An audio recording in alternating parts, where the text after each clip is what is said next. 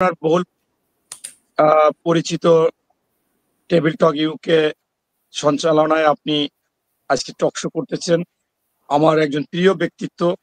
আমি সত্যিকার অর্থে আওয়ামী ফ্যাসিস্টের সময় আন্দোলন সংগ্রামে গেলে কি বলবো, এই জন্য আমি আমাদের এই বিশিষ্ট আইনজীবী সৈয়দ মামুন মাহবুব ভাইয়ের বক্তব্য আমি খুঁজে খুঁজে শুনতাম এবং আরো অনেকের বক্তব্য শুনে এইগুলোকে আমি সমন্বয় করে বলার চেষ্টা করতাম।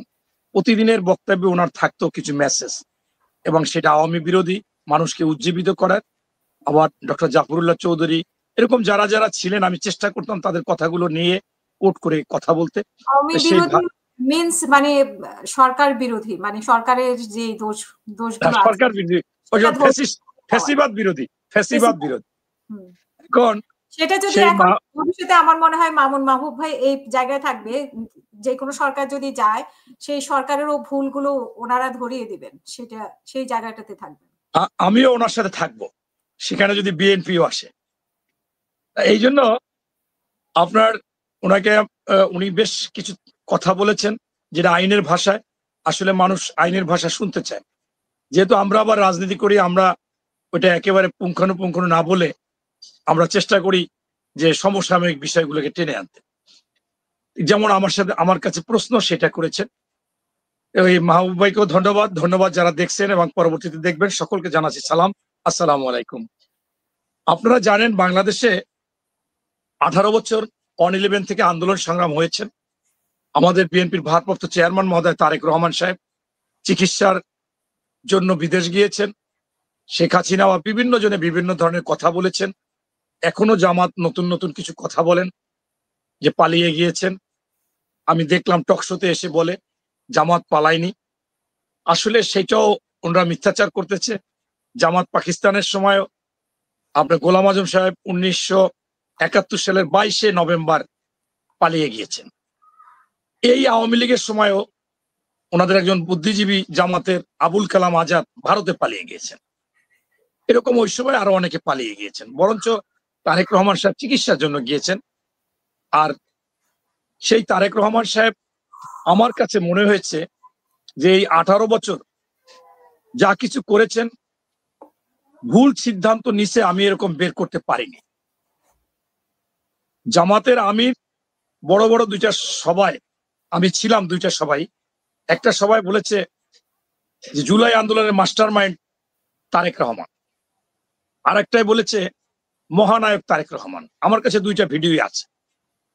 অথচ তারেক রহমান বলছে যে না, আমি কোনো মাস্টার মাইন্ডও না, মহানায়কও না।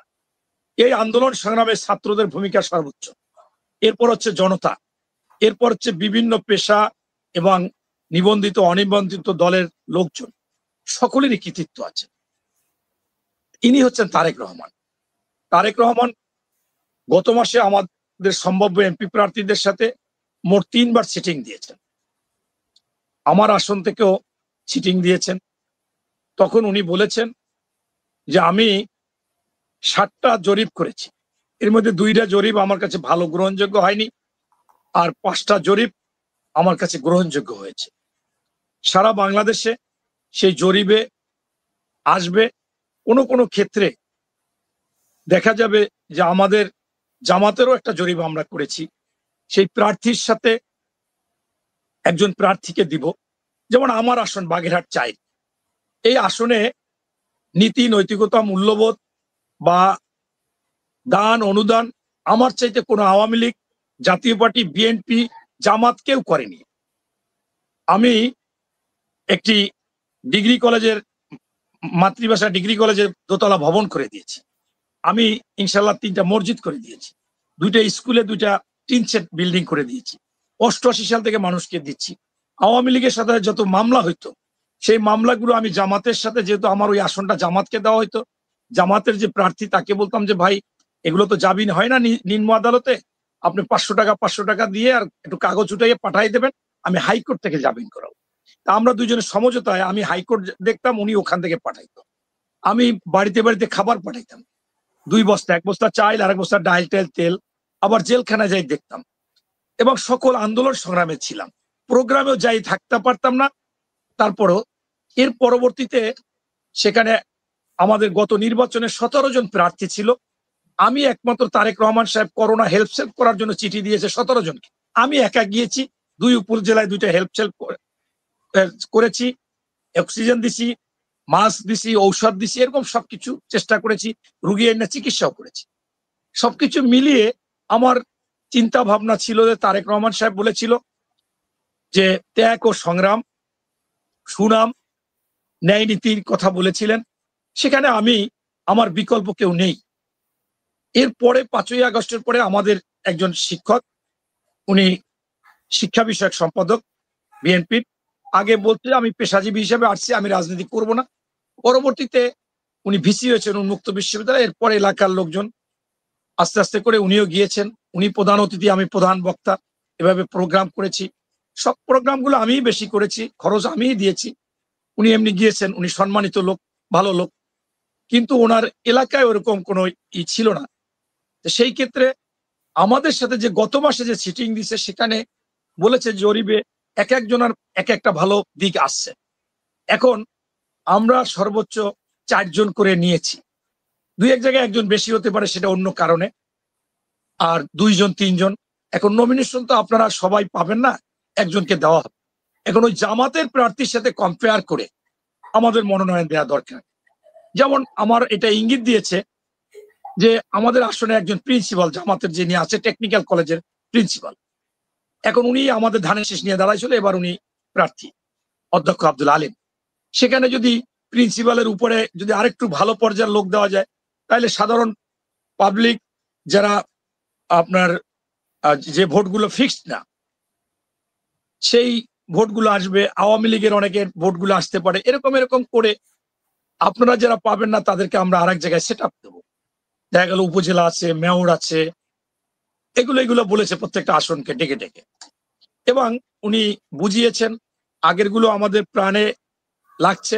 সর্বশেষ উনি 27 তারিখ যখন বিভাগ ওয়ারি ডেকেছেন, উনিই কথা বলেছে, আমরা কথা বলিনি। উনি বলেছে আমি মত বিনিময় সভা ডেকেছি, কিন্তু দুঃখজনক হচ্ছে যে সকলের কথা শুনতে গেলে অনেক সময় লাগবে। আমি অল্প সময়ের মধ্যে নিউজ দিতে মানে আপনাদের একটা মেসেজ দিতে চাই। সেহেতু আপনাদের কাছে আমার অনুরোধ, আমি কিছু কথা বলি, তারপর হয়তো বা আপনাদের কথা থাকবে কিনা। আমার মেসেজটাই মূল দরকার। উনি প্রায় 1.25 ঘন্টা বা 1.5 ঘন্টাও কথা বলেছেন। বিশ্বাস করেন, উনিও কেঁদেছে, আমরাও 3 বার 4 বার 5 বার কেঁদেছি। উনি যে কথাগুলো বলেছে সত্যিকার অর্থে বাস্তব। উনি টেনে এনেছে যে আমি 5ই আগস্ট 2024-এর পর থেকে আমি বলেছিলাম আপনাদেরকে, আমি অনেকগুলো স্কাইবি আমার সাথেও করেছে আগে, বলেছিলাম অদৃশ্য শক্তি খুব কঠিন রূপ ধারণ করবে এবং নির্বাচন হবে খুব কঠিন। তারা, আপনারা যাকে আগে মনে করেছেন কঠিন, এর চাইতেও কঠিন, এবং তারা ষড়যন্ত্র করবে। আপনারা হয়তোবা এখনো চিন্তা করতে পারতেছেন না, আপনারা মনে করতেছেন সহজভাবে জয়লাভ করবেন। এই কথাগুলো সেদিন আবার বলেছে যে আমি বলেছিলাম, এখন কিন্তু দৃশ্যমান হয়ে গেছে। তারা সবসময় ভালো কাজে বাধা দেয়, কারণ নাম বলে না, কোনো দলের কথা বলেনি, কিন্তু উনি সবই আমাদের মেসেজ দিয়ে দিয়েছে। এরকম কথা বলে, এবং বাংলাদেশের সবচেয়ে জিয়া পরিবার যে নির্যাতিত, সেই কথাটাও তুলে এনেছেন।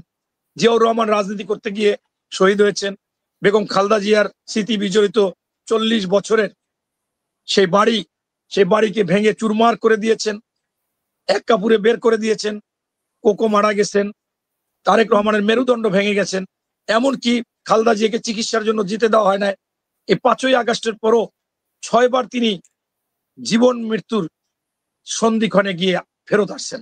তারপরও আমাদের মা একবারও বলেনি যে আমি ছেলেদের কাছে, নাতির কাছে, বউয়ের কাছে যাইয়া আমি থাকতে চাই।